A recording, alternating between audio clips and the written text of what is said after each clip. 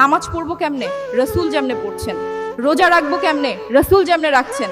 হজ করবো কেমনে? রসুল যেমনে করেছেন। ভাই, এই পর্যন্ত বাঙালি মুসলমানরা ভালোই বুঝে, কিন্তু প্রশ্ন করেন রাষ্ট্র শাসন করব কেমনে, অর্থনীতি চালাবো কেমনে, বিচার ফয়সালা করবো কেমনে?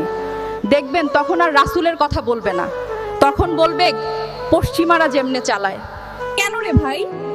ব্যক্তিগত বিষয়ে রাসুলের আদর্শ আর জাতীয় রাষ্ট্রের বিষয়ে পশ্চিমা আদর্শ কেন?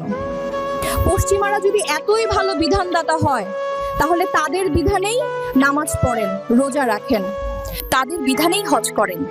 শুধু নামাজ রোজার বেলায় রাসূলের উম্মত সাজেন কেন? রাষ্ট্রে আবার অন্য উম্মত?